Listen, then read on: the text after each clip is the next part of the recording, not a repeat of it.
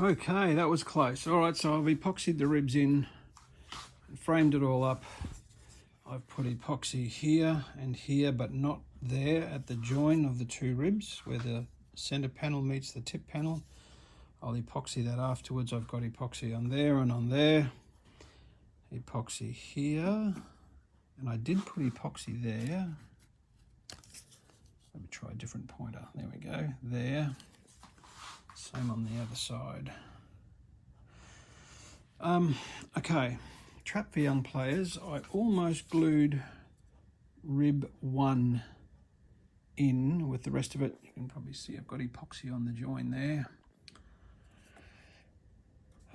It was on, ready, curing with the rest of it, and the old inner voice, the gut says, check that again, and I did, and rib 1 actually stops at the spar with a web behind it.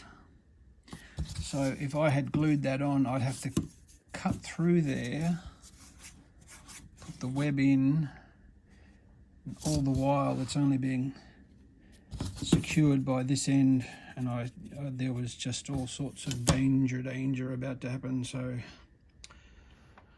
I'm glad I caught that. So that will go in after I have webbed the spars. Wow. I mean, it's something I should probably point out. Stand by a second. Hang on, where's rib 1? I just had it up here. So I was having a whinge about how hard it was, how fiddly it was to slide the ribs along the aluminium. So what I ended up doing, let's see if I can get this to focus. Oh no, I can't get the light behind it.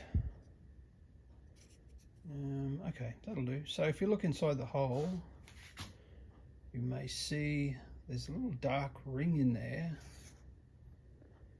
But I got the scalpel, and that dark ring extended all the way up to the edge of the ribs. And what I did is I got a scalpel and I just ran the scalpel around the hole and put a bevel.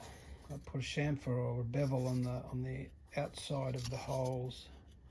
So that allowed it to still slide without binding if it got a little bit off angle.